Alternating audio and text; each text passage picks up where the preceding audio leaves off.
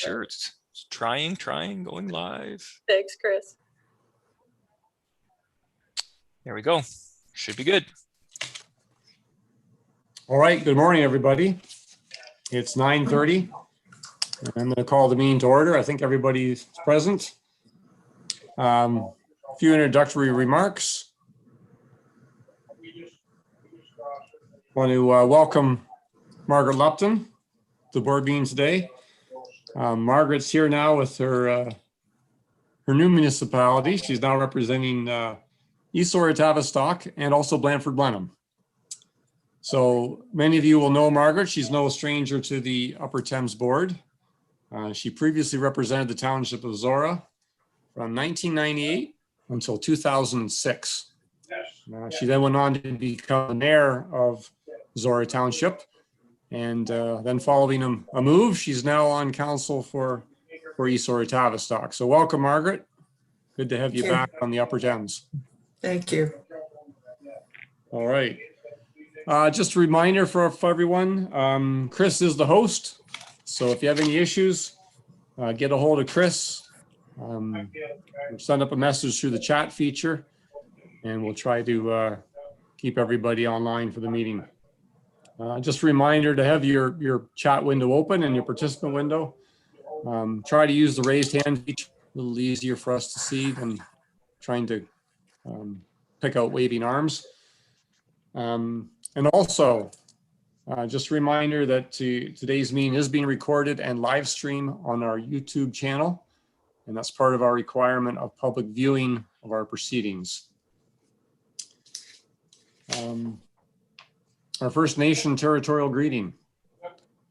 We will now acknowledge that the land on which we gather is the traditional territory of the Attawandaron, the Anishinaabeg, the Haudenosaunee, and the Lunapiaq peoples, who have a long-standing relationship to the land, water, and region of southwestern Ontario.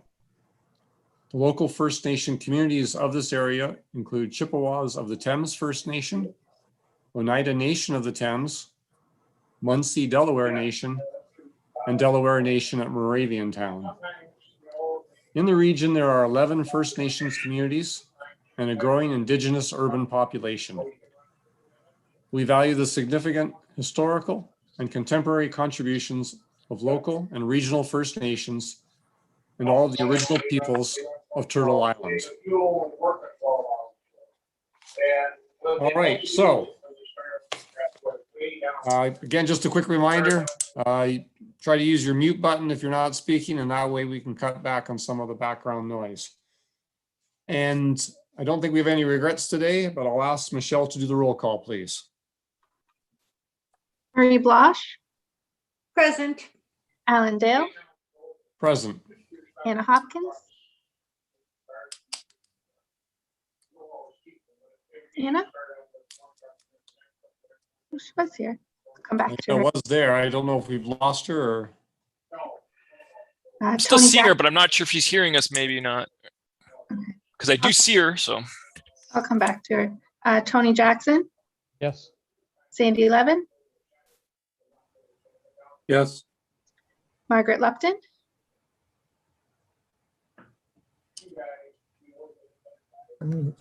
Yes.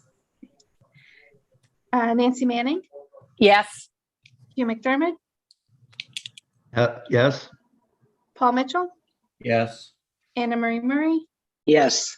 Brian Petrie. Yes. Jim Raffle. Here. Joe Salter. Here. Mark Schadenberg. Yes. Alex Westman. Here. And Anna, are you able to respond? Yes, I am. I'm having problems with my internet connection this morning, so please forgive me. I may be coming in and out of this meeting, but for now, I can hear everyone.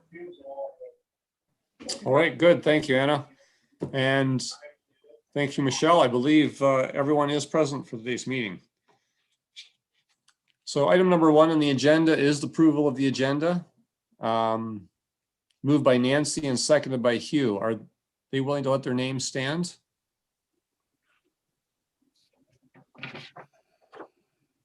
Nancy and Hugh, and that the board of directors approve the agenda as posted. Is that okay with the mover and seconder? Yes. Okay, I see Nancy's talking, so I'm assuming she's maybe must be on mute, but I don't know. Sorry. Yes. okay, perfect. Thank you very much. All right, any comments or questions then on the motion? I'm not seeing anything there. So, if there's no comments or questions, Michelle, can you do the roll, please? Mary Blosh, Yes. Alan Dale, Yes. Anna Hopkins, Yes. Tony Jackson, Yes. Sandy Levin, Yes. Margaret Lupton, Yes. Nancy Manning, Yes. Hugh McDermott, Yes. Paul Mitchell, Yes. Anna Marie Murray, Yes. Brian Petrie, Yes. Jim Reffel, Yes. Joe Salter, Yes. Mark Schadenberg, Yes. Alex Westman, Yes. Okay, that's carried. Thank you. Next, any declarations of conflict of interest for today's meeting? Anyone? Not seeing anything, so minutes of the previous meeting, that was our meeting back on April the 27th. Motion to approve those minutes, including any closed session minutes, and that's moved by Paul and second by Anne Marie. So moved. So seconded. Okay, thank you. Any comments or questions at all on the minutes of the meeting, April 27th?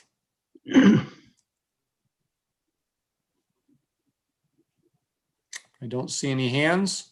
So if there's no questions, I'm going to call for the vote.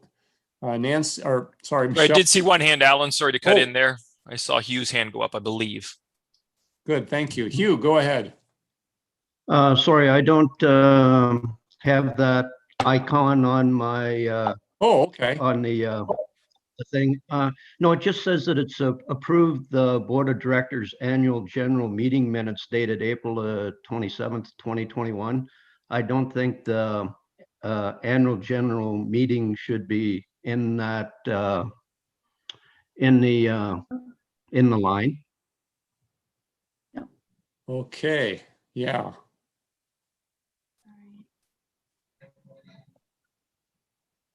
Michelle's just scrolling down here now, so. Yeah, it's in the agenda, Alan. In the agenda, it says Oh, AGM. sorry. Oh, I see. Okay, so that's just, I see at top of the page here. Yeah, so we should, that was probably just carried over from before and wasn't removed, so. Yeah, Sorry. so we should take that out and just approve the minutes. Approve the Board of Directors minutes dated April 27th, 2021, including any closed session minutes. Okay, that's good. Thank you, Hugh. So we can make that correction. Anything else anyone sees at all? Okay, so I'll call for the vote then. Michelle, if you could do the roll, please. Mary Blosh, Yes. Alan Dale, Yes? Anna Hopkins, Yes. Tony Jackson, Yes. Sandy Levin, Yes, Margaret Lupton, Yes. Nancy Manning, Yes. Hugh McDermott, Yes. Paul Mitchell, Yes. Anna Marie Murray, Yes. Brian Petrie, Yes. Jim Reffel, Yes. Joe Salter, Yes. Mark Schadenberg, Yes. and Alex Westman. Yes. Okay, that motion's carried. Thank you. Any business arising from those minutes? If not, we have no delegations today. That takes us down to number 6, which is business for approval. And the first one there is 6.1. It's the approval of the audited financial statements for the year 2020. Finance and Audit Committee did look at these last month. And everything looked good. So the committee is now forwarding them on to the full board. Also good to see that the Conservation Authorities Act, the new Section 28 regulations, we already comply with a lot of this stuff. We've already get our books audited and post results and everything. So it's good to see that we're already ahead of the game on all that. So this is for the board of directors to approve the recommendation, the report, moved by Brian and seconded by Jim. Are they willing to let their names stand? Yes, I'll move. Okay. So seconded. Okay, thanks, Jim. Comments and questions? Mark? Yes, through to the chair, it's probably a question that Christine best answers. I'm just kind of curious where the 2020 budget for a municipal general levy was 4.6 million and the actual for 2020 was 3.78 million. Why there was such a difference? I may have missed something along the way, but that's quite a significant difference in numbers. Well, that's a good question, and we went through it too. It has to do with deferred revenue, but I'll let Christine explain it. Thank you, Alan. Exactly right. It has to do with deferred revenue. So we record as revenue in a year, in terms of levy, the amount of levy that we use in programs in that year. It's not necessarily the amount that we actually levy to municipalities, but because we had COVID last year, there was a good amount of levy that we had to defer using. So on another one of the statements, you're going to see page number, darn it, no page number. The next page over to what you read there, where the levy is, there is a deferred revenue line that has gone up as well. Okay, so we're carrying it. Hopefully COVID will diminish so that we can get more of it spent in 2021. But that's the difference between the budget and the actual. Is that okay, Mark, or do you have a follow-up at all? I guess just a follow-up then. If we did receive 4.6 million, therefore in municipal general tax levy from all the municipalities, we did receive that amount. That's again, that's a significant to sort of say, let's take 800,000 and put it away for future use. Not suggesting you give everyone a rebate back, but again, that's just such a huge number. It is a large number. We had the targets plan in place for last year, but there were a lot of programs that could not be delivered. And when we levied in, or when we determined what the budget for last year was going to be, and we levied early in March, we didn't know that COVID was coming or how long it would last. So, so it is recorded in the books. So there's another small portion of that total levy that we set aside for well into the future to cover depreciation expense on capital spending as well. Last year, we didn't actually experience that much capital spending. So when we go back to doing capital spending, it will be there to be used. So it was an unusual year, and the numbers prove it out as well. Thanks. Better? Yeah. Okay, thank you. Any other questions or comments then on the audited statements? I'm not seeing or hearing anything. Anything you wanted to add at all, Christine or Tracy?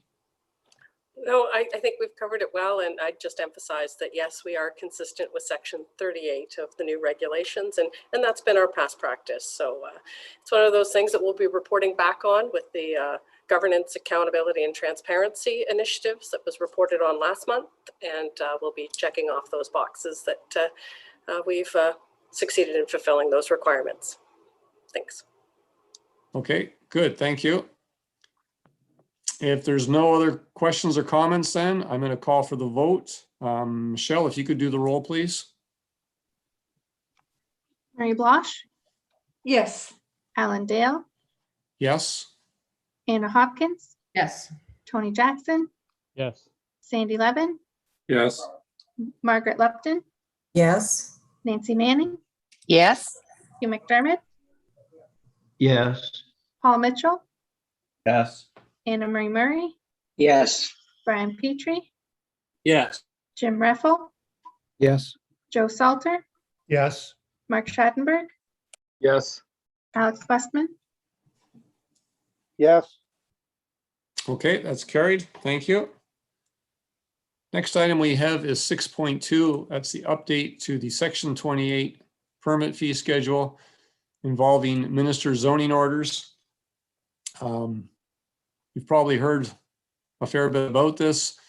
There's been some real controversy regarding these ministerial zoning orders. Probably the high profile one was the a proposed Amazon warehouse that was up around the Pickering, Oshawa area. And that attracted a lot of media attention. But there have been, I believe, at least a couple of dozen of these MZOs that have been asked for or issued around the province, and including one in our own watershed. So it's involves one of these changes the provincial government has brought about, and as I said, has been a pretty contentious issue. So I don't know if Tracy is going to present this at all. Any questions? Also, Jenna, Elaine, everyone got the email that Jenna is the new manager and taking Tracy's old position. But we do have a report here, and there was a recommendation. First of all, can I get Joe and Mark to move and second the recommendation? So moved. I'll second it. Okay, thank you, Joe. Thank you, Mark. So I don't know who, Tracy or Jenna, who wants to speak to this one? I can start off, and certainly Jenna can add if she'd like, because this began a little bit before she took the reins in her new position. But certainly we did receive some feedback from the Toronto Region Conservation Authority, who had been dealing with the new regulations that are in place requiring conservation authorities to issue a permit when a minister's zoning order is in place. And also the Lake Simcoe Region Conservation Authority has had some experience as well with these types of permit applications. They don't really follow the standard protocol, and they're unlikely to meet policy. So based on their experiences and recommendation, wanting to make sure fees are appropriately captured, and also the recognition that additional legal review, because unlike normal permitting processes, it's more about the issuance of conditions and signing an agreement for how those conditions can be achieved. And all of those agreements required significant legal time as well. So just wanted to provide that as an update to our fee schedule to at least capture these types of applications moving forward. Jenna, I'm not sure if you have anything else you want to add. Certainly hop on. Not at this point. Thanks, Tracy. Okay, thank you. We'll move on to comments and questions. And first of all, I've got Sandy. Thank you, Mr. Chair. You had mentioned that there was one in our watershed. I'm not familiar with that. Could you tell us more? Sure, if I can, through the chair. It's the application was in Stratford, just outside of Stratford, the float glass plant. It is since been revoked. Okay, right. Okay. And there has not been a need for this type of permit to be issued, but we are hearing a case of another one coming forward, at least being proposed to come through this method in the London area. Okay, so I'm very supportive of this recommendation then, because we need to move on it. Thank you. Okay, thanks. Next, I've got Mark.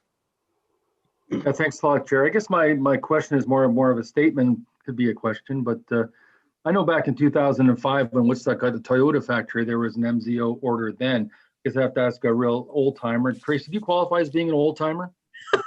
Because back in 2005, did these MZO orders have existed previously? What is, I guess in layman's terms, the big change as far as moving forward on the changes really with the Conservation Authorities Act? Certainly, I could answer that through the chair. I don't know if I want to answer about the old timers, but I am very familiar with the Toyota MZO. But certainly, what we're seeing now is there's a few changes that are happening all at this time. One is the frequency of minister zoning orders being requested. We've had The 2005 example was the last example we've had of a ministerial zoning order happening in our watershed. And I think there was about 15 within the last 15 years across the province. With this government, there is, I think it's around 30 right now that have been issued within the last couple of years or since they've been in power. So that's number one. Usually they were used as a tool to facilitate large growth projects, huge economic impact projects like the Toyota plants, significant economic development opportunities, jobs, lands, those types of applications. Now we're seeing more and more the ministerial zoning orders being used for a variety of applications, even subdivision proposals, which wouldn't typically have qualified or met that category in the past. We've seen recently through a new bill, again, it was under a broadband bill, 257, I believe was the number of it, where they've actually amended the Planning Act as well to now say that ministerial zoning orders do not have to meet the tests in the provincial policy statement. And part two of that is they never had to meet the tests in the provincial policy statement. So retroactively, they have not had to comply with our provincial land use planning system in Ontario. And then with the changes that we saw through Bill 229 in the Act under the Conservation Authorities Act, requiring conservation authorities to issue permits. That is completely new and not following the typical permit application process. Usually that permit application process leads to identifying where those hazards exist, whether they be floodplain hazards, erosion hazards, or wetlands, and there's areas of interference because those wetlands are sponges on the landscape and holding water. And now just jumping to development and mitigation. So not the typical land use planning process that had been established by the province that everyone has followed, and not the same types of applications that we're seeing moving forward. So very significant departure in the numbers of MZOs being requested by the minister, being requested and then ultimately approved. So. Okay, follow up, Mark, are you okay with that?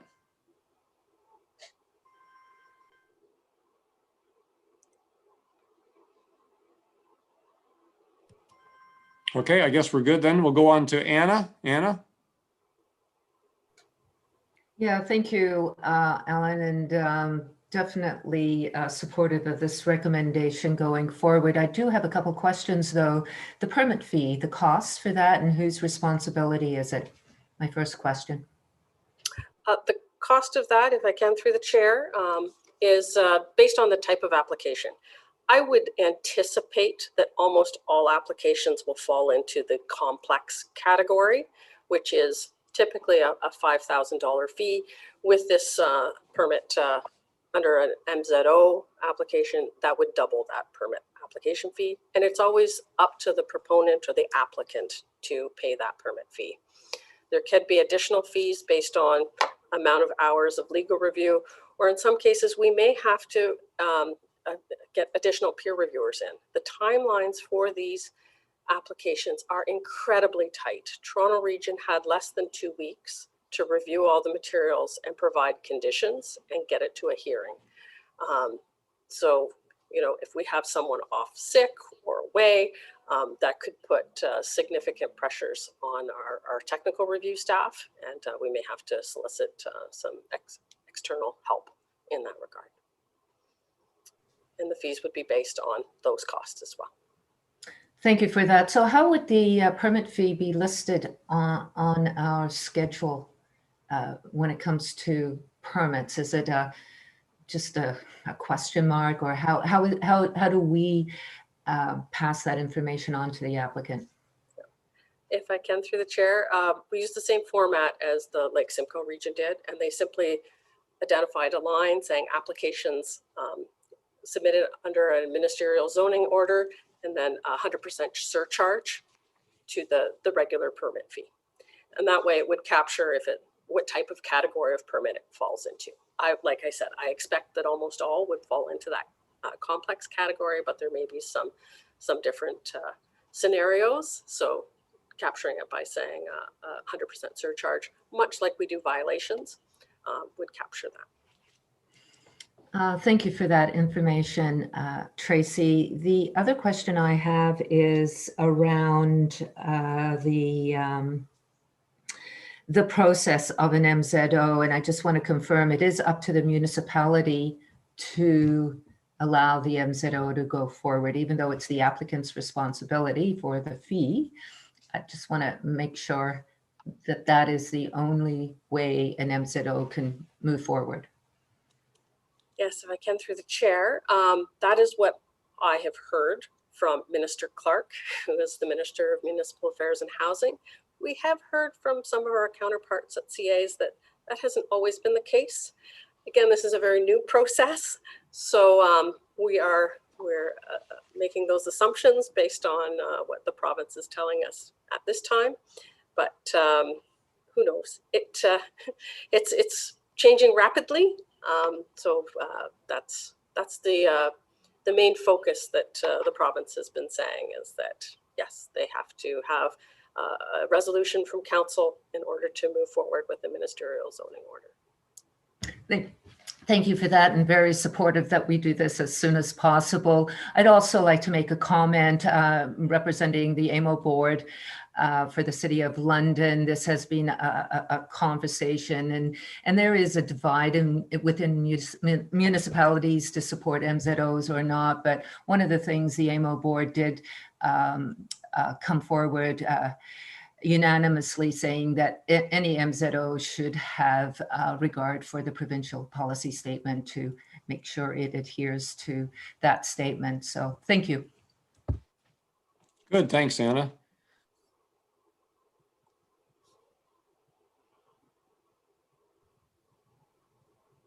Yes, did you say Joe? Yes, go ahead, Joe. Okay, through the chair, have we looked at actually tracking time and charging the actual costs of permit reviews? If I can through the chair, we did an exercise a few years ago. It has been some time. We have been kind of waiting to see what the new regulations come out before we undertake a broader review of that process again. I would anticipate with what you'll hear about next, the changes to the Conservation Authorities Act, what falls into mandatory, and we know our permit program and our plan review program are part of those mandatory programs related to natural hazards, that this is more the appropriate time to undertake that level of review. So it's coming. Thank you. Any follow-up, Joe, or is that okay? No, that's good. I support this, the recommendations. Hopefully future governments won't use these as freely as the current one. Right. Okay, next, Marie. Yeah, thank you. And I guess through you, I had a few questions, but most of them have been answered. I guess maybe if you could explain a little bit more on the procedure of these, at which point the Conservation Authority would learn that the application has been submitted and what the procedure is. Just kind of, I mean, I understand it's changing daily, but if just kind of a general overview of what to expect.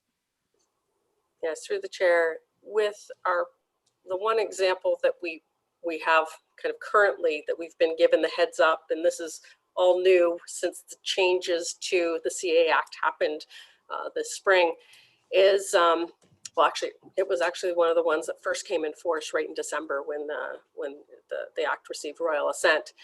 But we have still been involved through pre-consultation and kind of the normal process to this point, but have been given the heads up, I guess you could say, through early consultation that this is the route that they're choosing to take. So at least we're allowed a little bit more time to prepare. I don't know if that's always going to be the process or if it will just be, a submission coming forward, directed straight to council, and trying to get a resolution in place so that they can proceed. Don't know.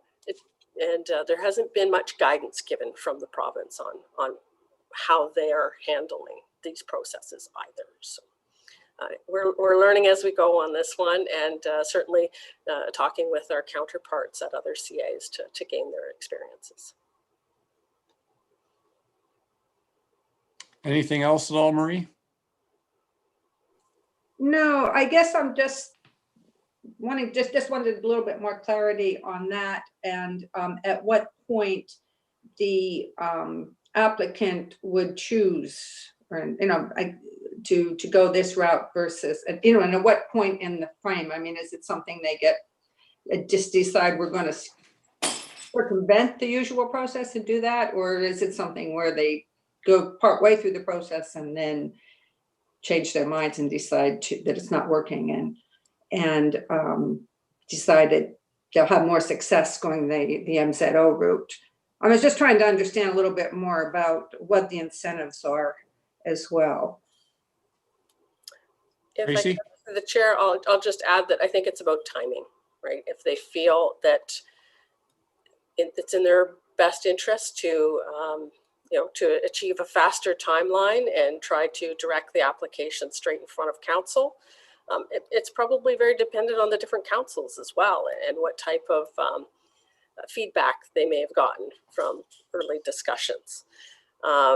So I think it'll vary depending on where you are in the province, and how cooperatively they're willing to work with the existing planning process. But if they feel that they have a non-starter, for example, if it's going in a provincially significant wetland, they know that isn't going to fly with the current land use policies, well, then their approach will be to try to circumvent the normal process and move forward through a ministerial zoning order. Okay, well, yeah, well, certainly having the costs might be a disincentive. So I'm 100% in support of this. So thank you very much. Okay, thanks, Marie. Next, I've got Jim. Thank you, Mr. Chair. Through you, very interesting wording on this, that we shall issue a permit with one of these MZOs. And is this why, and because of the rapidness of these application processing so far that we've seen, the need for additional or more intensive legal review of these documents to help? I mean, what is our liability ultimately with some of these tight timed, complex applications? That's a worry. Tracy? Through the chair, I'll start, and maybe Grant will want to jump in, but that is one of those questions that we have with the province about liability. The language used by the Toronto region in their publications related to the ministerial zoning order for Duffins Creek and the Amazon facility was that they were undertaking the permit under duress. And it was inconsistent with their professional engineer's opinion, as it was inconsistent with their land use planners. And both of those professions have designations associated with them, and a code of conduct and an ethical obligation to do the public good. And we're very challenged by having to issue this permit and provide conditions. But the second part of that is it's not just the conditions, there has to be an agreement in place. And that isn't typical with our normal permit process. So it's those agreements that then have to go through legal review. The Toronto region has their own lawyer at hand, and she spoke to CAs about her experiences and kind of that side of the process that isn't typical. So again, this is new for us, and we still want an indemnity clause that we haven't heard back yet from the province. I guess I'm crossing my fingers, hoping that when we do receive updated Section 28 regulations, that perhaps there's some comment or you know, some clause in that allows for indemnification. But Grant, I'm not sure if you have anything else you'd like to add.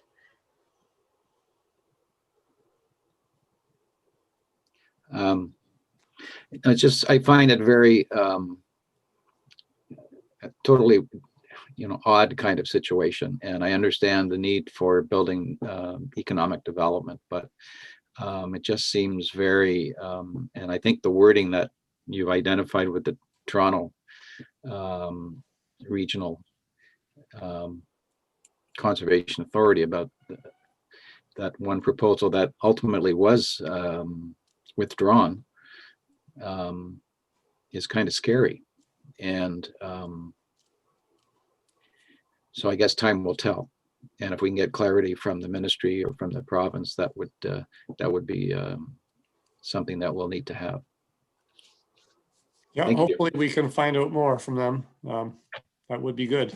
Thanks, Jim. Thank you. Grant, did you have any comments you wanted to add at all?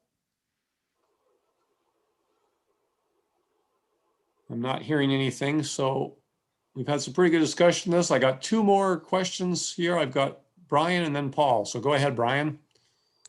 Thank you, Mr. Chair. Through you, I'm certainly supportive of having a plan in place to deal with these applications coming forward. They are a new reality. From what I understand, if it's provincially owned land, they don't have to have any approval whatsoever. They can just issue an MZO, which they have done on their own properties before. Then if it's municipal, then they have to have a resolution from the council asking for it, which is a little scary on provincially owned land. My question revolves around the funding of this. Obviously, we've heard a lot about how complex these are, the needs that we may have to bring in extra staff or expertise to try to meet the timelines and get a reasonable agreement in place that hopefully works with our goals in the under duress situation, as you said. So I know I support the doubling of the fee. It's been explored, and I know this is very difficult to do because you don't know what you're going to face with each proposal, but a 100% cost recovery method for these type of proposals for a peer review. I don't know if that's even, I don't know if that's ever been tested, or is this just been the standard format for the other conservation authorities to follow?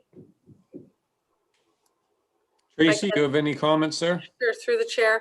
Our existing policies recognize that there can be situations where additional peer reviews are necessary to meet the timeframes, and those are to be borne by the applicants. So we kind of have that built in as well.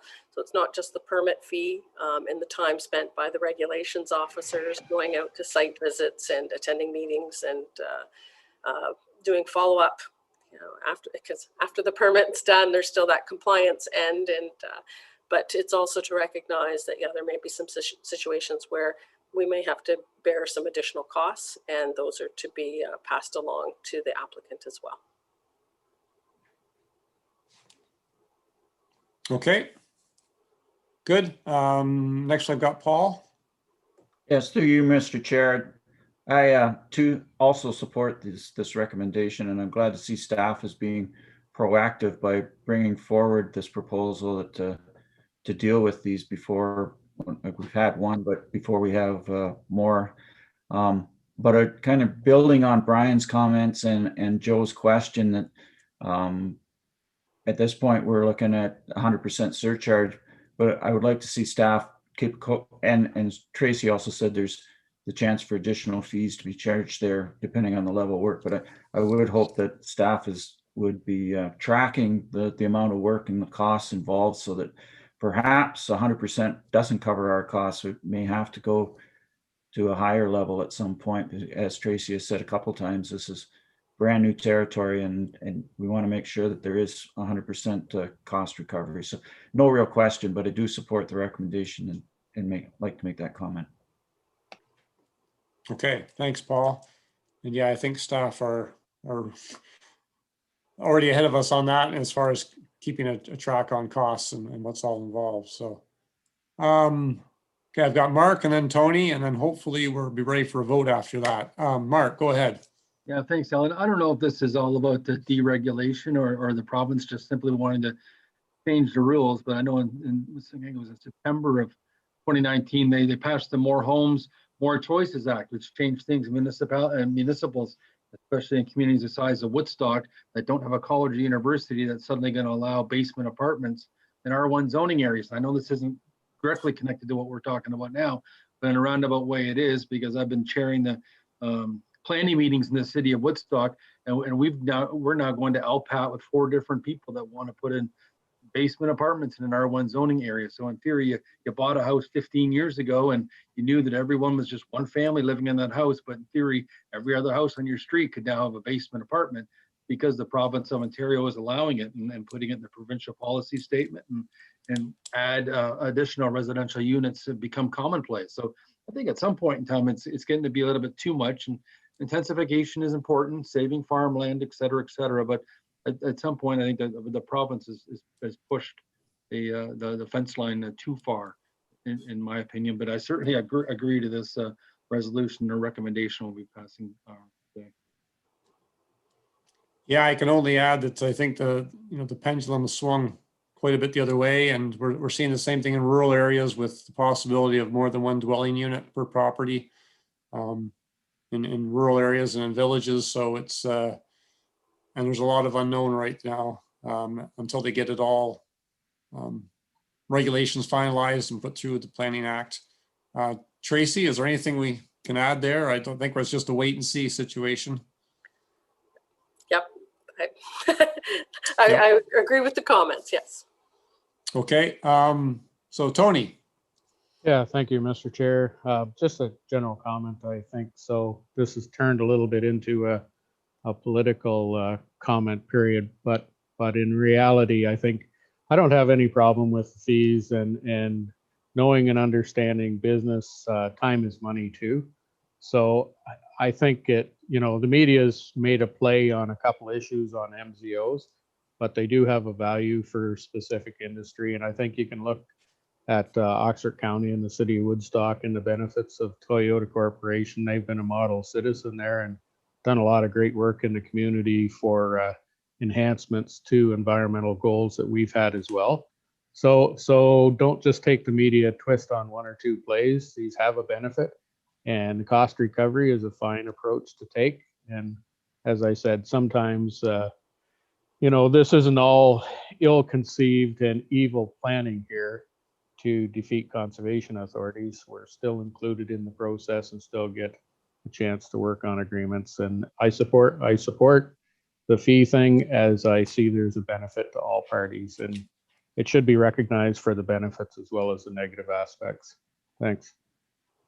Okay, thank you. And with that, we've had some pretty good discussion here, and I'm going to call for the vote. Motion is there. Sorry, one more hand. I saw Alan. I don't know if you missed. I think Marie had her hand up.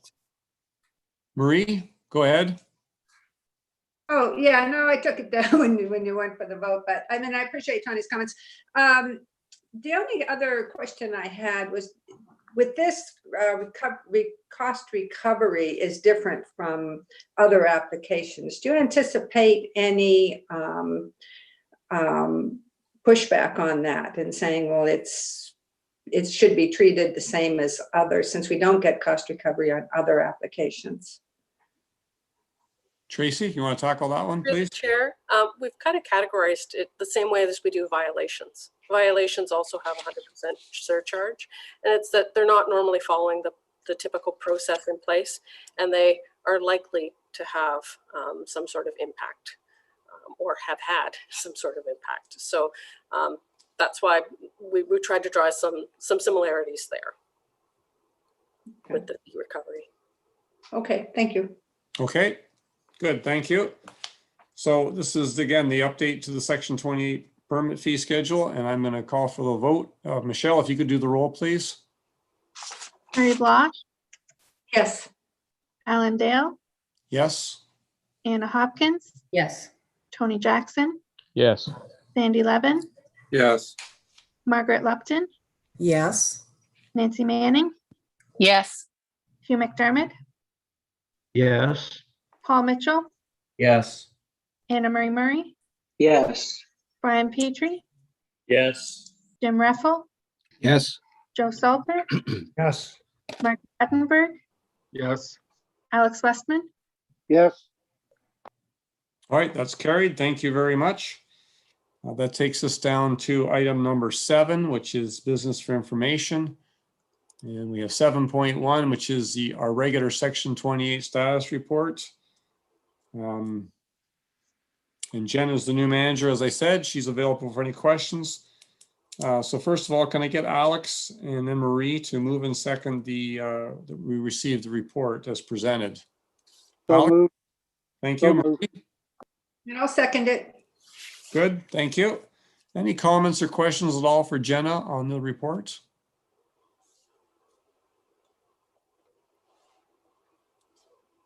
I'm not seeing any hands or hearing anyone, so if there's no comments or questions, I'm going to call for the vote. Michelle, if you could do the roll, please. Murray Blosh, Yes. Alan Dale, Yes? Anna Hopkins, Yes. Tony Jackson, Yes. Sandy Levin, Yes. Margaret Lupton, Yes. Nancy Manning, Yes. Hugh McDermott, Yes. Paul Mitchell, Yes. Anna Marie Murray, Yes. Brian Petrie, Yes. Jim Reffel, Yes. Joe Salter, Yes. Mark Schadenberg, Yes. and Alex Westman. Yes. That's carried, thank you. And a big thanks to everyone in the planning department. As you all know, we've undergone some changes there lately with Tracy moving up to general manager and then having to fill her position. And we had another vacancy as well in the planning department. So our planners have been very busy in keeping up with the workload. It's a busy time of year for them. Most municipalities, are seeing lots of building permits, lots of building activity, despite the fact that some building materials are in short supply and in high cost. It doesn't seem to be slowing things down very much. So our planners have been quite busy and have been a little short-staffed at the same time. So a big thank you to them for keeping up and keeping things on schedule and ensuring that we continue to meet the planning timelines as well. It's certainly been a bigger challenge than normal lately. Next item we have is 7.2. And this dealing with more of the changes and what we've seen from the provincial government. And there's been a lot of consultation lately. Tracy and I were involved last week at a Zoom meeting with representatives from Conservation Ontario. Lots going on here. The province has released a consultation guide. Conservation Ontario will be meeting in June and we'll be discussing it then in time to submit comments. There was supposed to be regulations go with it, but the regulations have been delayed. So we're waiting to see. There needs to be more clarity in the regulations. But for right now, it's an ongoing process. And so Tracy's got a report here to give us a little bit of an update on what's going on there. So the recommendation is the board of directors receives the report as presented. Can I get Anna to move that and Tony to second it, please? I'll move it. Thank And you. seconded. Thank you, Tony. Tracy, do you want to make any comments first and then we'll go for questions? Sure, through the chair. I guess I would just recognize the significance of the working group and their efforts, because you think back to the letter that we received from Minister UTRCA in August of 2019 with the message to wind down programs, and then where we're at today with this consultation guide. And the consultation guide is meant to be kind of the background where regulations will be developed from. But the addition of kind of the integrated watershed management approach, yes, they call it something different, but conservation authorities will always call it integrated watershed management, have been added as that mandatory program. And that was a huge win for conservation authorities overall. So certainly there's a few things that are wins with that addition, having until January 2023 to implement these new agreements. And with a transition period in between, it's still going to be a lot of work. It'll be a little bit challenging, just given with the municipal elections occurring around that same time at the end of 2022. So lots of work to do, but certainly seeing some great work done by the working group to fully allow the ministries to better understand work that conservation authorities do across the ground, and still allowing for that flexibility. It's not prescriptive. So being allowed to, set the floor and not the ceiling, I guess is a good way to have an analogy there, is that lots of flexibility to work within that range and be able to offer programs and services that are locally important to our member municipalities. And each CA will have different needs in order to do that, and just as each municipality would have different needs as well. So this consultation period is a 45-day period ending June 27th to the Environmental Registry. And Conservation Ontario, they've been busy already providing a little bit more background and a template for all CAs to provide their comments to. And so we're just starting to work away at that. As well as Alan mentioned, there was a call last week, but the ministry is also lining up some webinars. The first one is actually this week for conservation authorities on Wednesday, which is just tomorrow. And then there's additional webinars lined up over the next 2 weeks. So hopefully we'll get a little bit more clarity. There's been some comments from the working group when questions were asked of them, that they had said, yeah, unfortunately the document doesn't have a lot of context, but they were able to provide some of that context and provide a little bit more clarity of where they thought the province was coming from, but just want that confirmed through these webinars that are being hosted. Yeah, we'll provide our comments, hoping to have something that is very workable, but and consistent. And that was the key of Conservation Ontario, is to make sure that anything that is being developed can be implemented and reported back to by all CAs. Okay, thanks, Tracy. We'll go for some questions now. First of all, I've got Sandy. Thank you, Mr. Chair. Through you probably to Tracy. Having read the document and hearing the time period where this is going to be posted on the EBR, and then one of the deadlines that's in the document is December 31st, 2021, that all CAs are supposed to prepare an inventory of all the authority's programs and services, indicating which of the 3 categories it fits into, and which are going to require a memorandum of understanding and what are self-generated, and including in that a consultation with the participating municipalities on the inventory undertaken to ensure they agree with the authority's classification of its programs and services. Assuming that gets approved through this process, are we going to have the staff in place to be able to pull that together by the end of the year? Yeah, through the chair, I can agree that's a common question of all CAs, wondering about if we have enough resources to do that. And what the timeline is very much dependent on the ability to have these meetings with our municipalities as well. On a positive note, we've kind of been anticipating at least the components of mandatory and non-mandatory that were previously provided, and working with Christine Saraceno and each manager to kind of identify what programs and services would fall into kind of the black or the white at the time. And now we can work through those gray areas now that we have at least what the proposed regulation is.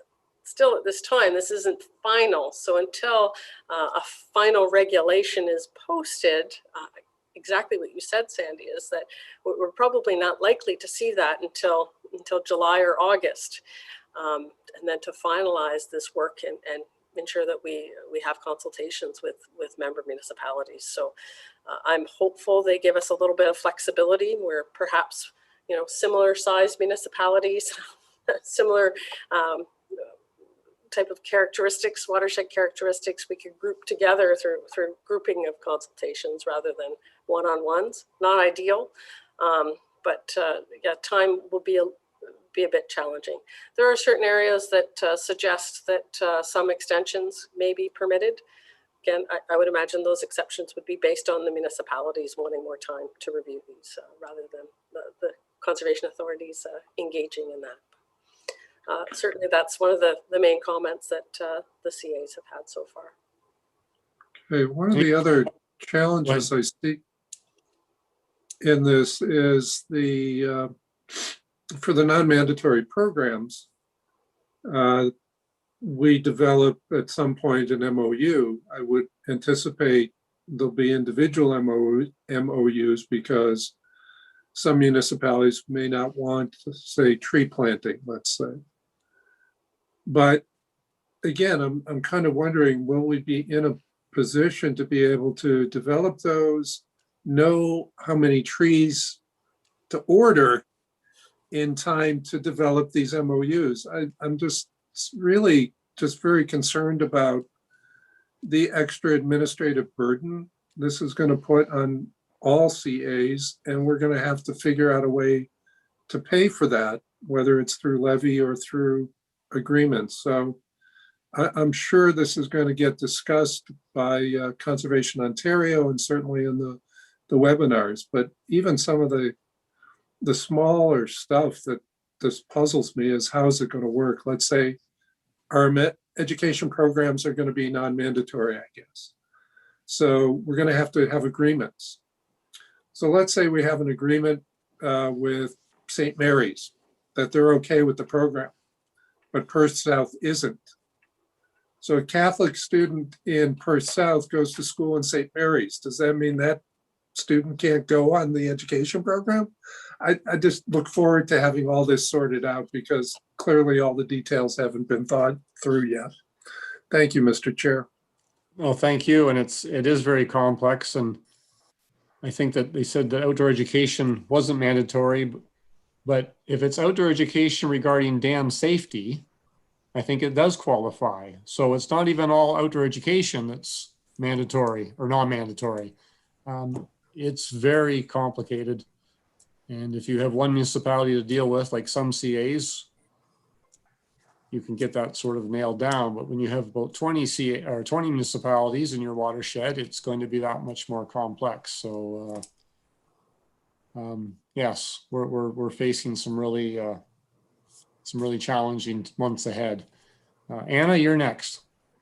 Yeah, thank you, Mr. President, and thank you very much for the summary and report. I think it's very interesting to see where we're going forward. And just to follow up on Sandy's questions around the timing and getting the work done, my first question when I read the report was, what are the concerns? But I'm hearing from Tracy, we need the regulations, and they're not in place. So to me, it's like a big question mark still. And I do have the same concerns around the timelines. The second consultation process is going to end at the end of June. And how are these regs going to get processed for CAs to figure out where they're going to and what they're going to do moving forward. So I think there's a lot of unanswered questions. I do want to ask a question, though, around the number of CAs. I'm glad to hear that the working group is moving forward and is working well, and that there is conversations around CAs being flexible. Also, that integrated approach is really important, that there is a consensus there. But at the beginning of a couple of years ago, when the provincial government came in, they were looking at reducing CAs. So I guess maybe, is there any conversation within the working group or concerns with the approach that the provincial government had to reduce the number? I guess it's just really the only question I have. Tracy, have you heard anything at all? Yes, through the chair, I can say that that has not been mentioned at all in many months. good memory on you, Anna, for remembering that that was one of the topics that was suggested, but really had not heard anything since that time. So. All right. Great, thank you for that. And I'm just really pleased to hear the conversation is around the flexibility for different CAs and obviously working within their own agreements. All that is still to come once we get the regulations. So thank you.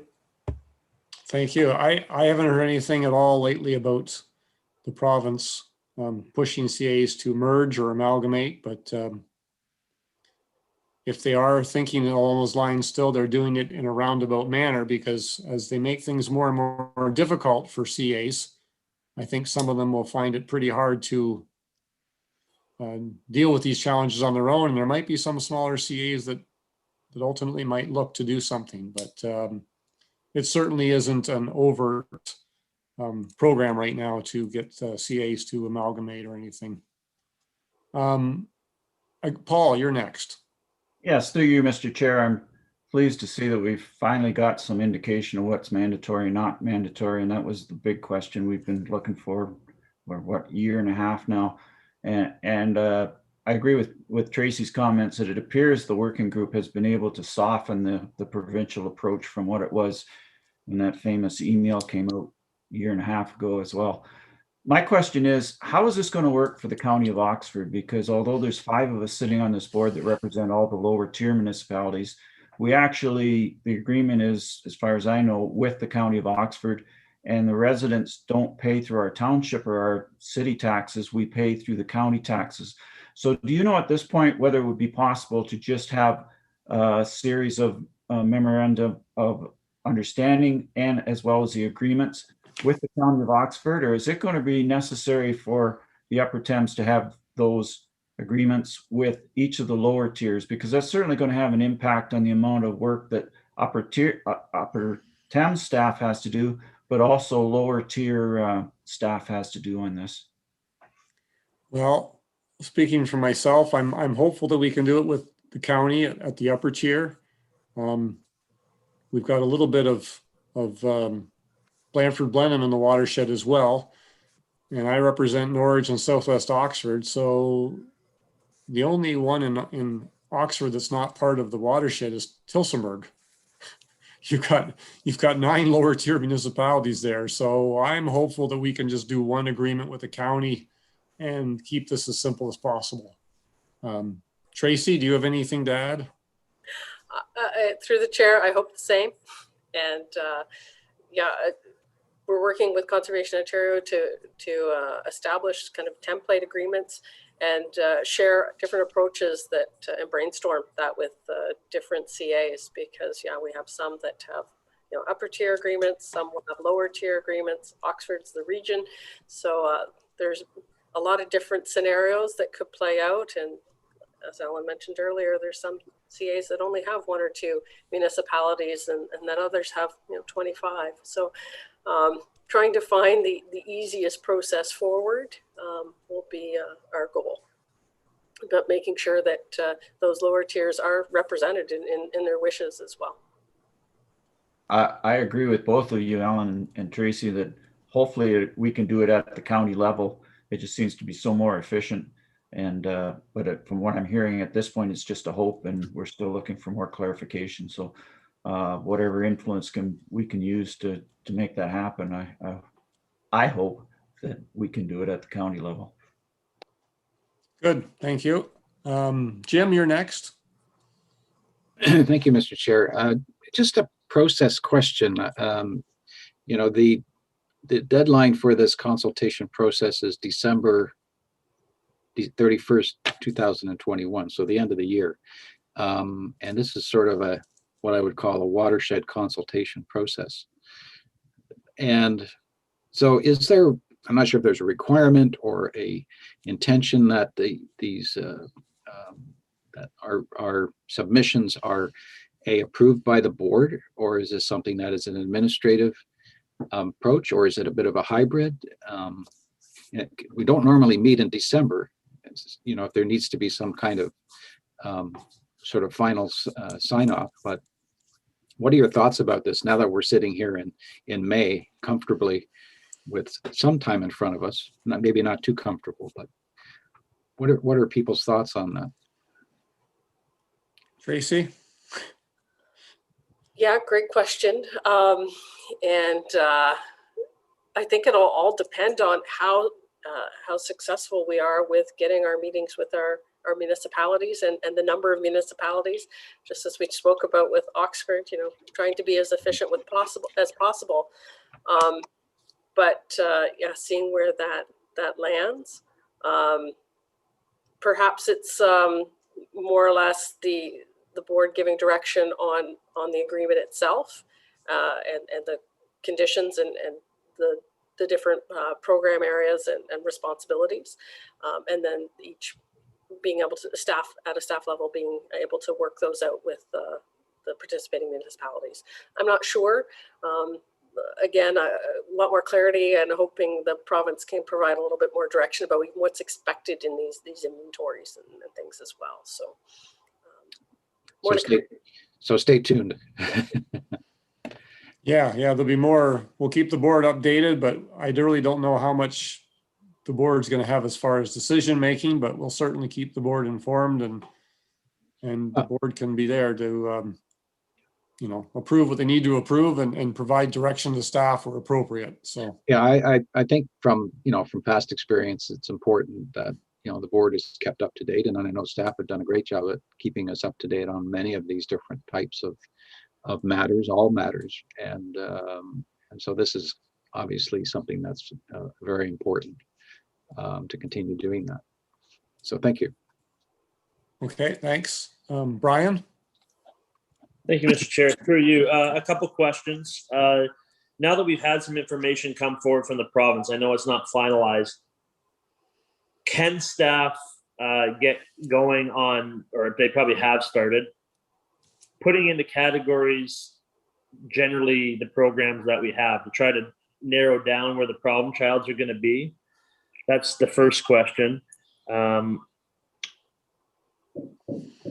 then can they identify, which I already heard you have, identify what information what information you don't have that you would need, so we can try to help in that regard if we can. And then 3 is more of a suggestion to Oxford board members, because I agree, and I think everybody from Oxford seems to agree that it makes sense to not have it done at the lower tier, to go at the upper tier. Maybe we can talk to, like my example would be Ingersoll. I'll talk to Ingersoll Council and get a resolutions passed that we would like Oxford County to negotiate on our behalf. I don't know if that would help the process. That way we can push it up, and then that's the clarity from the political side. Okay. Through the chair, I can add that, yeah, we have already kind of started to put the programs and services into, which category those fit in. With the release of this document, we'll be able to refine that work that's already been initiated. And yeah, we've got some ideas, as you call problem children, but again, we're looking at the positive, looking at all of the additional opportunities there are within those municipalities and within all our municipalities. So treating everyone the same, that the level of service that we're providing, the level of grant dollars and funding programs that we're able to provide those municipalities through, whether it be the clean water program and work on the ground in those areas where we take those levy dollars and are able to multiply them in returns of value. So those are kind of the focus that we've been trying to capture on a municipal basis. And then your second question was what info that we have that we don't know. Well, we'll certainly discover that as we work through this process. We've only had this for a week and a half now, so hoping to get that clarity from the province through some of their webinars and be able to see if there's any gaps in information. And one of those things that I've looked at online is some of the municipal strategic plans. And one of the things that are mentioned through most of our municipalities is climate change. Many of our municipalities have declared a climate emergency. We're fortunate enough to meet with the City of London CAO last week and a couple of the senior managers.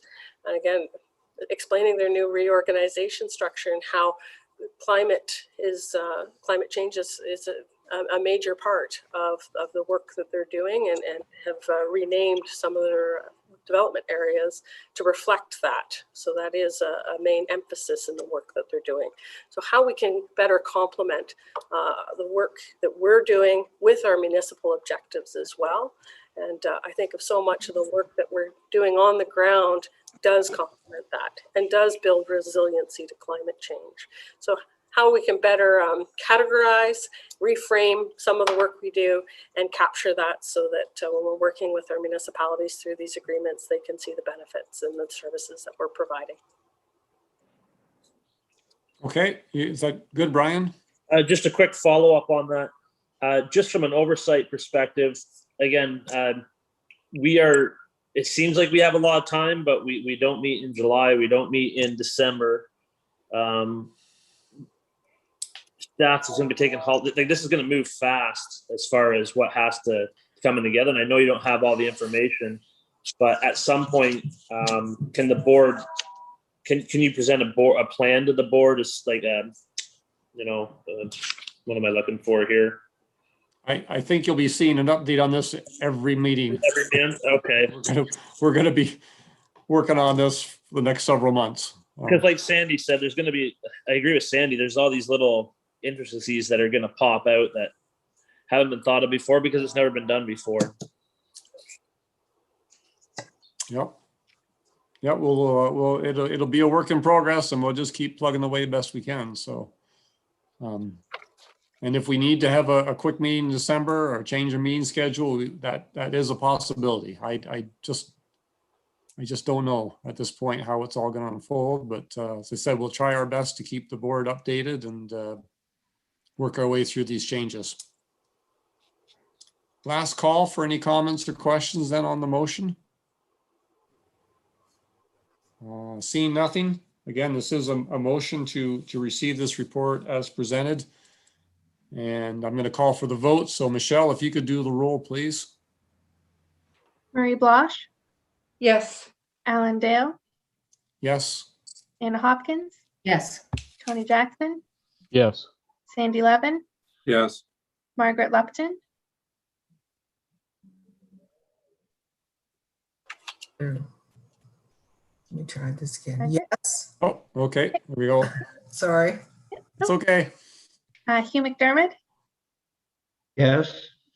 Paul Mitchell, Yes. Anna Marie Murray, Yes. Brian Petrie, Yes. Jim Raffle, Yes. Joe Salter, Yes. Mark Schadenberg, Yes. Alex Westman. Yes. That's carried. Thank you. Next item we have is 7.3, and that's the group insurance renewal. A little bit of good news there. It's a very short report, but a little bit of good news. And so we have, can I get Sandy to move that and Nancy to second it, please? So moved. So Okay. seconded. Thank you. Comments and questions? Sandy, go ahead. Quick question, Mr. Chair, through you to Sharon. Do we have any sort of agreement with Equitable Life on term of this renewal? I'm thinking not just this upcoming year, but we're not going to go out to market on a regular basis. Did we get some sort of consideration from Equitable Life around pricing for a longer term? Thanks for the question. We typically have a 1 year. It is renewed every year. Sorry. There's no long-term arrangements with them, but we would not be going out to market every year. It's not a good idea at all, because companies quit bidding on things if you go out every year. So they typically look at say 5 to 7 years as a reasonable time frame for going to market. Okay, I just wanted, that's kind of what I anticipated. We're not going to do this on a regular basis because you're right, they do get, they stop bidding when you play that game. Just hoping that their decrease is not caught up in a future year. Thank you, Mr. Chair. Great, thank you. Other comments or questions? I don't see anyone or hear anyone, but I just would point out that final paragraph that, you know, some of the stuff hasn't been updated a number of years. And that's something that we will need to take a look at. We've talked about this before about our compensation package. And I know last year at budget time, we talked about a cost of living increase for our employees.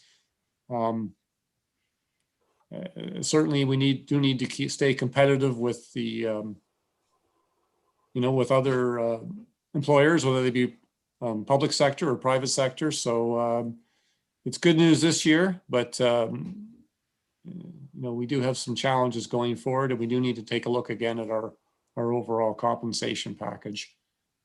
Oh, I see a hand. Sandy? Thank you, Mr. Chair. We did budget for a review for this year to do that. And I'm assuming total compensation is part of that review. Could you or staff clarify? Yeah, we better, Sharon, could you clarify that one for us? Yes, we're starting to undertake our putting together a salary review program. We will be looking, a lot of the benefits around the province are similar between conservation authorities. So that may not play into it as much as the salary portion, because that's our biggest concern right now. But we will certainly be taking a look at that to see what others are doing. Okay, thank you, Mr. Chair. Do we anticipate that would be ready before the end of the year, or that's something that's, how long before we receive that review completed? I am not certain. We've just started looking at the process, trying to figure out what it is that we want to survey and talking to consultants and things like that. Okay. I would anticipate by the end of the year. Tracy may have a better idea on that. Yeah, no, I know I'm not pushing for this, but I just, I know it's something that's overdue. And as Sandy pointed out, I'd forgotten that we did budget for it this year. I was thinking that we were doing it next year, but yeah, it's something that we will need to be looking into, but we do have a lot of other things on our plate at this time as well, so.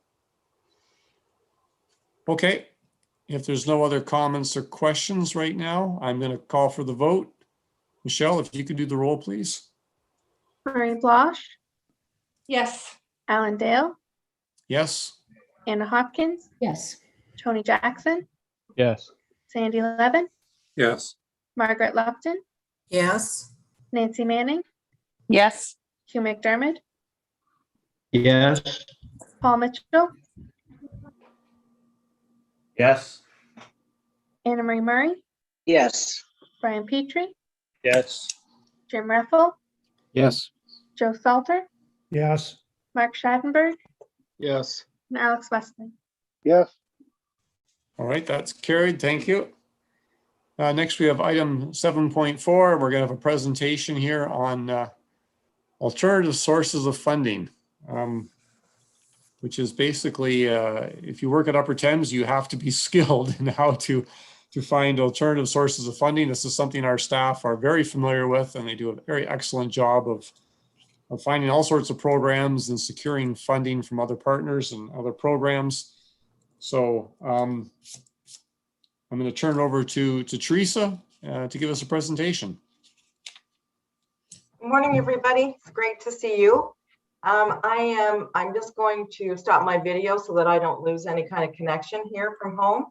And the purpose really of this presentation is to provide members of the board with a bit of a primer, a reminder of all the sources of revenue of the authority.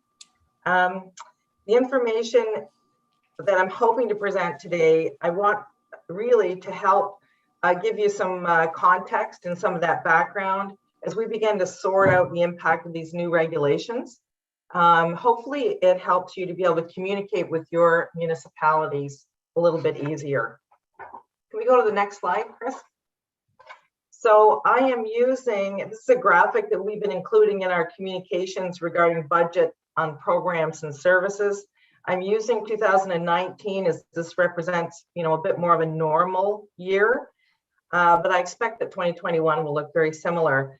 We can see that of $15 million from the approved budget, we expected the member municipalities to contribute 34%, the province 4%, and the rest, the 62%, would be generated by the organization itself.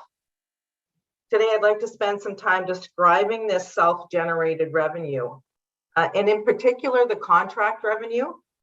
So understanding and appreciating the importance of self-generated funds to the ability of this organization to achieve our ends will become extremely important in the coming year. And as you've already been talking about today, it's so integrated into how we are able to provide services that it's going to be a real challenge to pull pieces apart as we work with our member municipalities. So can you go to the next slide? So here is the 2019 total actual revenue. Christine always prefers that we speak to actual, so I'm going to stick with this, Christine. So what really did happen, 5 million in levy, 5 million in contract funding, 4.3 million in user fees, 181,000 in government transfer payment, and close to 700,000 in, we'll call other things like donation, earned interest. I've added a note here to be clear about where I've placed the source water protection program, and I've actually put it into contract funding. And I'll explain this a little bit later as I kind of define contract funding. This pie chart illustrates 2019 revenue, but it also represents the authority's ability to add value and leverage the municipal investment. It's a really clear picture of our ability to match that municipal investment. And it really speaks to the important relationships we have developed with our partners in environmental protection and restoration. So you can hold that in your minds as we move on to the next slide, on to user fees. I'm sure this is not a huge shocker that 85% of the user fees are collected by the authority from our conservation areas. These programs, the Conservation Area Program, we're most known for, and it has the most face-to-face interaction with our watershed residents. You can see the other fees collected noted are from planning and permit fees, education programs, and from landowner programs. As you know, the board reviews and discusses and approves the fee schedule each year, so this is not new to you. So there's the user fees. The next slide. The other very large component of self-generated funds we call contract revenue. And this pie chart identifies the revenue collected, that $5 million, from 5 sources.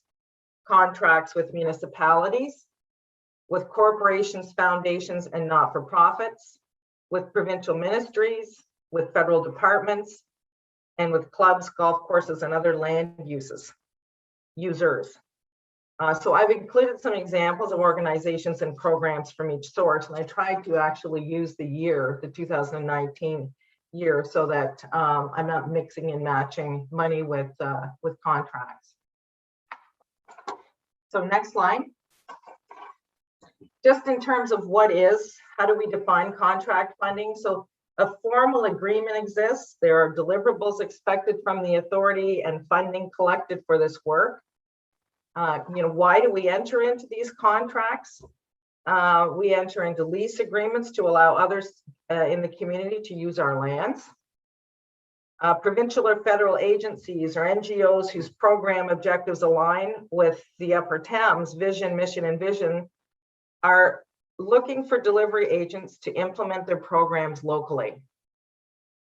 Or an organization has an interest in seeing our program priorities implemented. They like what we do and they want to support it. Okay, I'm making this sound much easier than it actually is. We have to compete for this funding, and it can be very tough to get. Next slide. So through contract work, the authority is able to bring increased environmental programming into the watershed and leverage the investment made by the member municipalities. So the 33% or $5 million of funding that was invested by member municipalities in 2019 was leveraged to attract additional funding and activity. In addition, the municipal investment allows the organization to attract and maintain the technical expertise necessary to fulfill the contract expectations. This is so important. We can't retain staff if we expect them to hold on, hold on to for contract extensions. So it's this investment from the municipalities that really allows us to be out there with the expertise and to keep those people on staff. Next slide, please. So I apologize, this gets a little blurry. All I did was take some screenshots from our internal proposal log and give you an idea of, the variation and where we're applying for what targets, for what units we're looking for, how much money is coming in, or was it approved, was it declined? So that we're keeping track of, who we're approaching for what. Any manager at the authority can rhyme off recent proposals of work that's been done. So these are our kind of examples. So as I said, it really involves some complex proposal writing, reporting, and additional financial administration and relationships with the funder. They have to know us and they have to trust us. This is a highly competitive game. We need to be the best bang for the buck to receive this kind of support. Next slide. Here's just some more.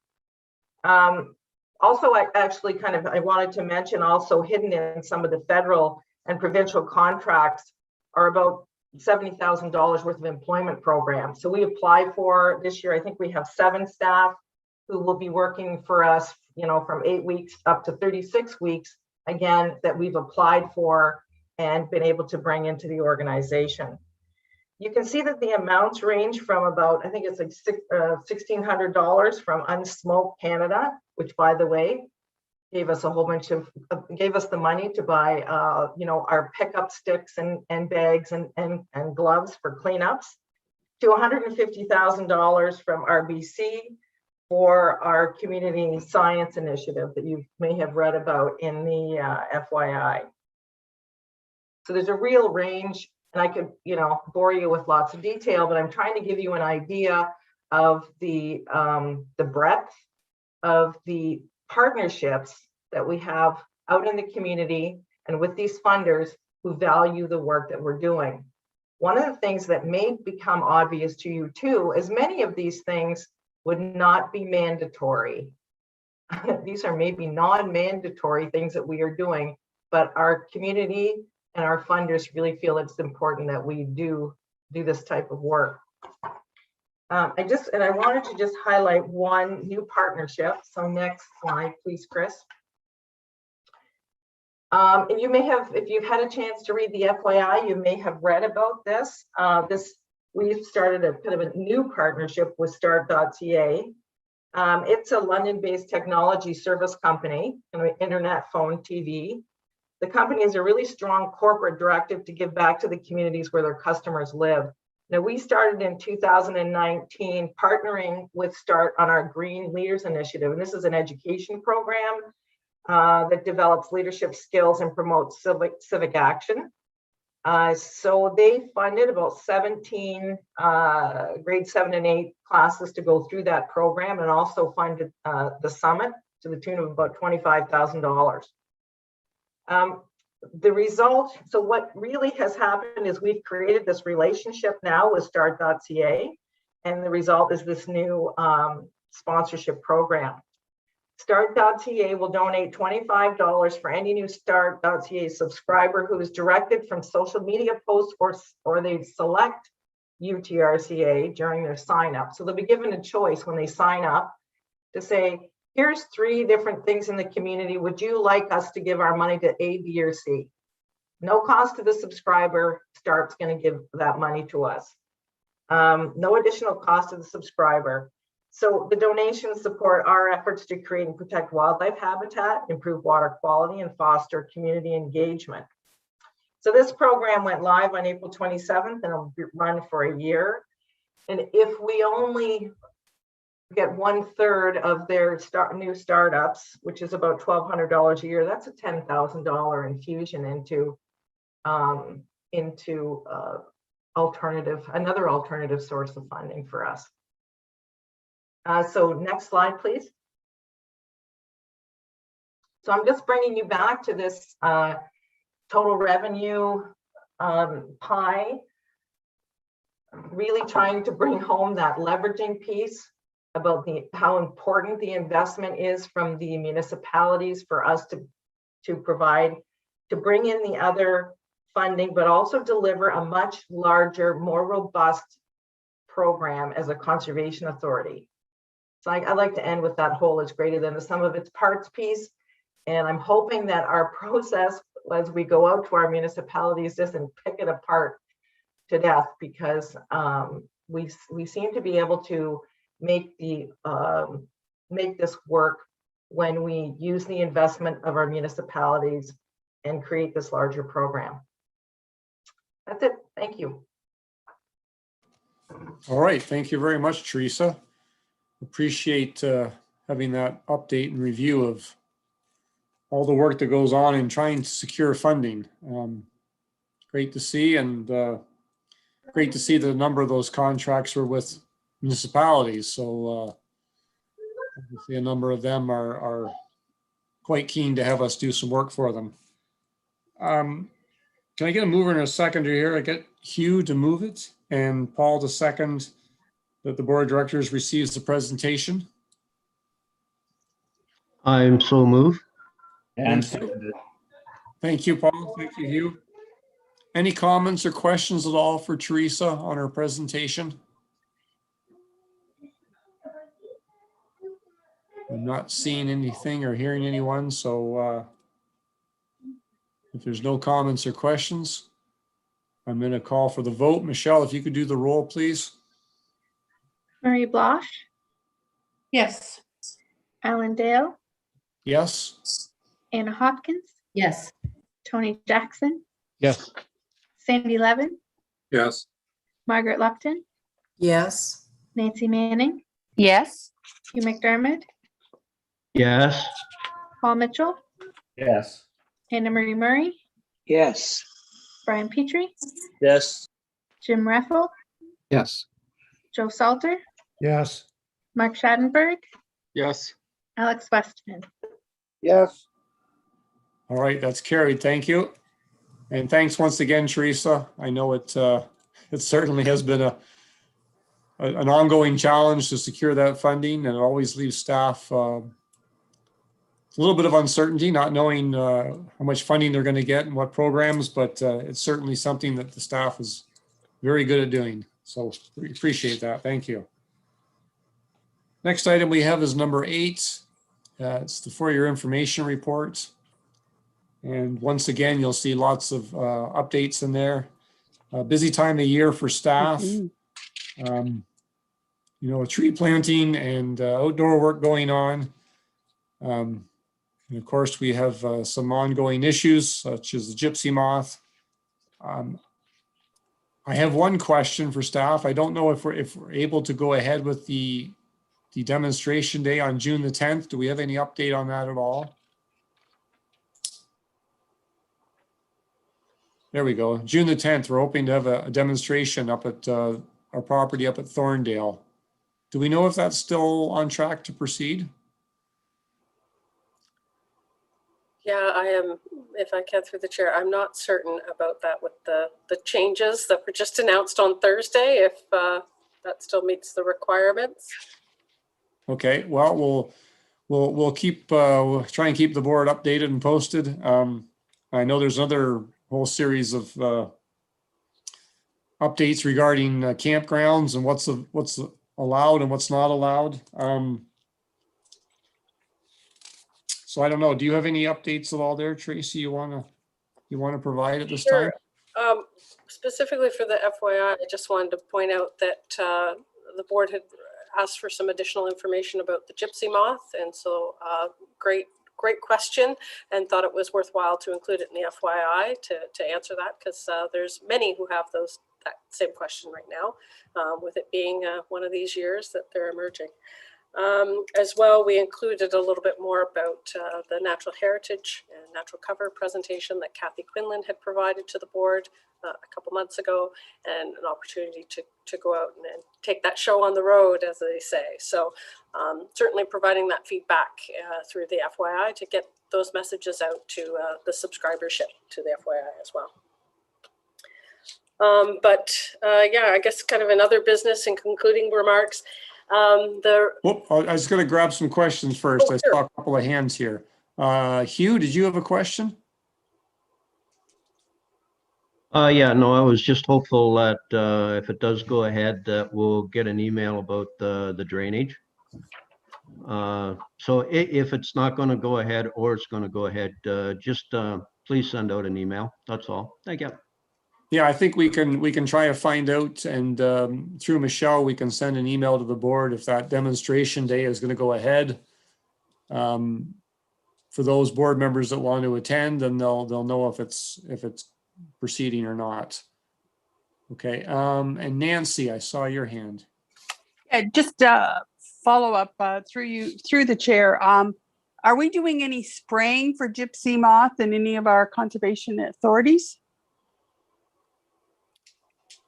I'm not sure if we are. I know some other municipalities that are. Tracy, do you have anything on that?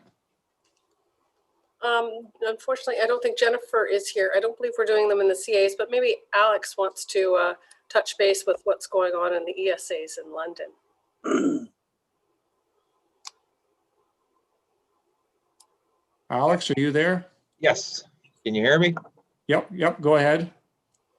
Yes, there was a number of areas in London, and including some of the ESAs that were aerial sprayed by the City of London. This would have been mid last week. Right. And on top of that, as part of the ESA program, the staff are out early in the year to get some kind of idea on the amount of egg masses, and in certain areas, when the staff are there, they've and this has been going on for months, have collected the egg masses, and then they take them and burn them. And I think the last count was something like 21,000 egg masses that were collected. So each egg mass has hundreds of thousands within it. So it's one of those things that comes around every, several years or more. And I think overall in the ESAs and the City of London this time around, we're a lot more on top of it than sometimes in the past. But yeah, it's not going to get them all, and we're trying to protect the main areas. But so far so good, and we'll see how the aerial spraying did. Okay, good. Is that all right, Nancy? Yeah, I have one other question about our campgrounds. They're closed right now, my understanding, until the stay-at-home order, whatever, is expired. And I'm just wondering, is there any talk about extending the season for some of our permanent campsites? And do the cottagers have access to their cottages right now? Okay, I think Tracy was going to talk about that, and I cut her off. But yeah, Tracy, you go ahead and. Well, sorry. No, that's all right. It was because I was trying to deal with some questions. But yeah, Tracy, you go ahead. Jennifer Howley has been able to join us. She had an appointment earlier today. She'd give me her roadmap of the CA's reopening because she was meeting with superintendents after the announcement on Thursday to lay out what activities have been open. And so even this weekend, on Friday, our gatehouses were open. to allow for day use and non-motorized watercraft on our reservoirs. And then certainly Wildwood's going to be open for motorized watercraft today. And then tomorrow, starting to book the registration appointments for Fanshawe, Wildwood, and Pittock to register. And then that will be based on opening the campgrounds between 8 and 3 to allow access starting on Monday. With seasonal camping, hoping to open those with some restrictions in place on June 3rd. And then fingers crossed that the announcement on June 14th from the province will allow us to open nightly camping. But Jennifer, I'll pass it over to you to make any additions or clarifications, and maybe share the good news about some of the weekend statistics about seasonal passes. Yeah, through you, Mr. Chair. Just back to Nancy's question, have we had discussions about extending the season? We haven't. Our facilities and our infrastructure just doesn't accommodate for who knows what the weather is in October. So we have not had discussions around that. I do not believe that will be an option. Tracy's correct. Our seasonal camping will begin on June 3rd with the registration process ramping up now. We had an awesome weekend with people visiting our conservation areas, and with the gatehouse open to sales of our season's passes. We sold 500 season passes at Fanshawe between Monday and Friday. We budget to sell 1,000 in the year. And in comparison to last year, I think we sold about 350 last year. So definite uptick in the number of season passes at Fanshawe and Wildwood as well. 132 passes were sold. I didn't track the actual day use activity, the number of single vehicles passes that we sold, but I do know that they were busy. They were lined up when I was there yesterday. So we had a really good kickoff to the season. Okay, good, thank you. I got a whole bunch of questions here. Anna, you're next. Yeah, just to follow up, that's so good to hear about all those seasonal passes that were sold. It's unbelievable, 500 in a long weekend. I just want to do a follow-up with the spraying that the City of London did for European gypsy moths. We just did 5 parks, and we are going to be doing some backpack spraying in Springbank Park. I know the ski hill out in the west part of London also did some spraying. So the city is also going to be doing a follow-up study on how successful the spraying. We are just doing the one spraying. It was done on Thursday, and not 2 spraying. It's all about timing. And I guess we'll see what happens this summer, but it's been a concern for, I think, the past 3 years. So, but no spraying in Warbler Woods or any of our ESAs.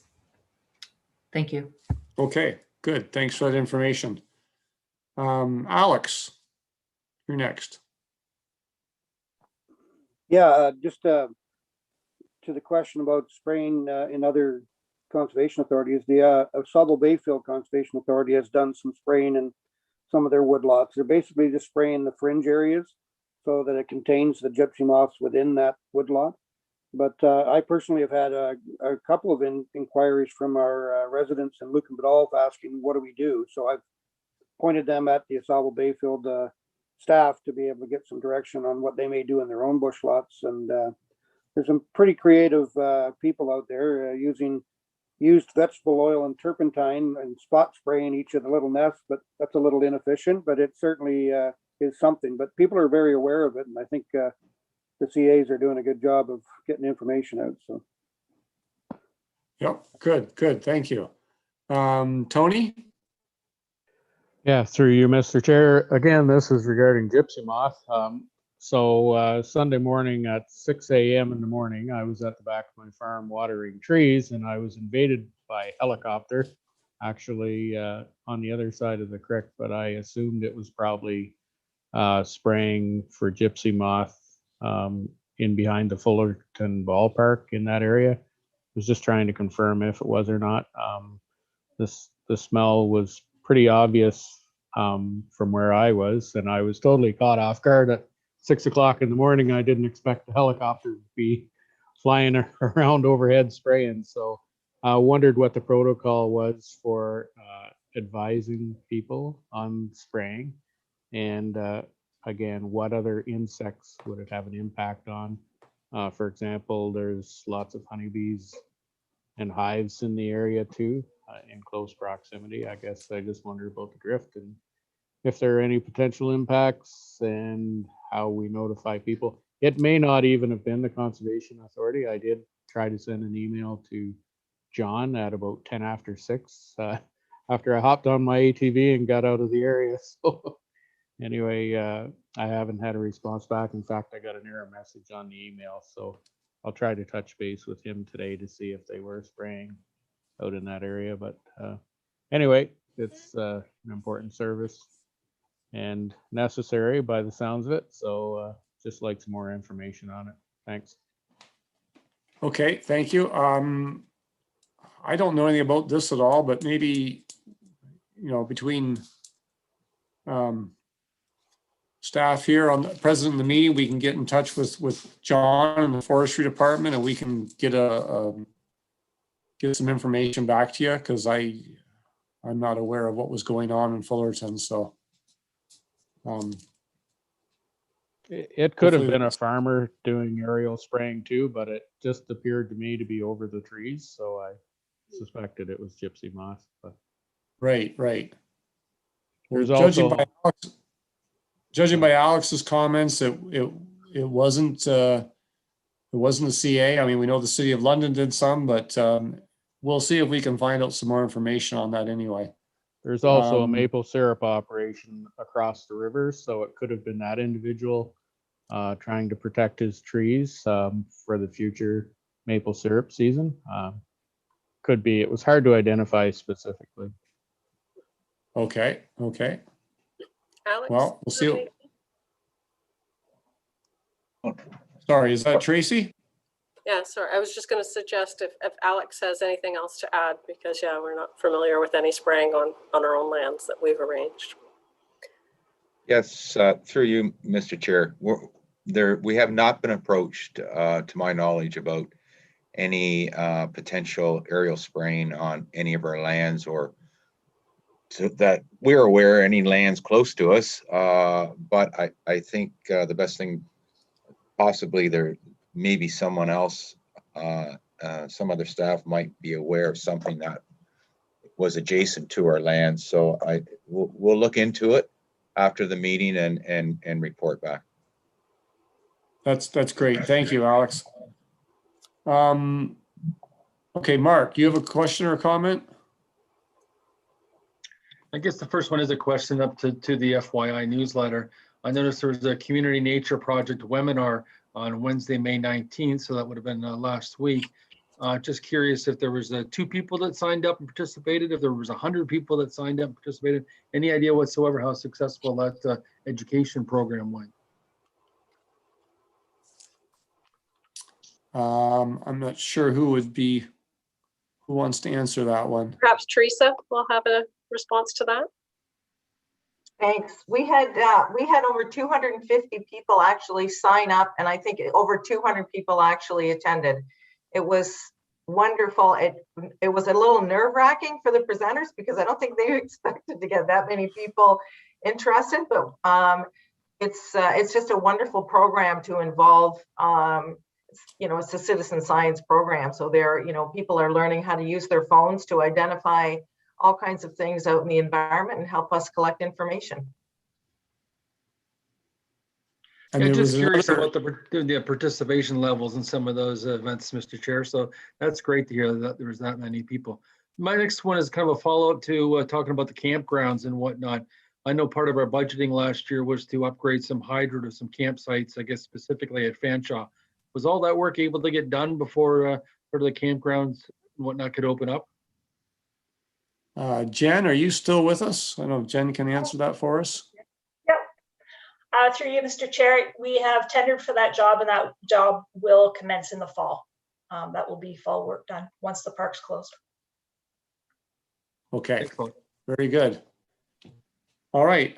I'm not seeing any other comments or questions. So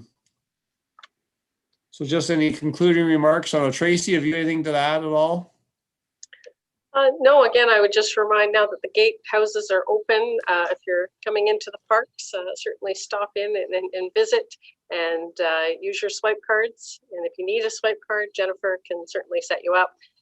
But if you'd like a tour of the operations as well, our superintendents would be happy to oblige. And certainly lots of people are enjoying nature. And as we've seen by this weekend, and are buying season passes. So their plan is to continue to visit these areas, which again, I think is excellent news. But that's all. Yeah, it's good to see good weather now, and people are getting out and enjoying it. And hopefully we get some rains, and that'll kind of freshen things up and keep things growing. So we have nothing today for closed session. So that's all we have left is the motion to adjourn. So Anna Marie, could I get you to move adjournment, please? Certainly. I will move adjournment of our meeting today. Good. Thank you very much. We are adjourned. The Audit and Finance Committee will be meeting following this. I'd suggest that maybe we take a 10-minute break or so, and maybe Finance and Audit Committee could start around 11:35. Does that sound okay? Sure. Everyone's good? Yeah. Okay, good. Thank you. All right. Thanks, everyone. Thank Take you. care. Great meeting. Thank you. Thanks.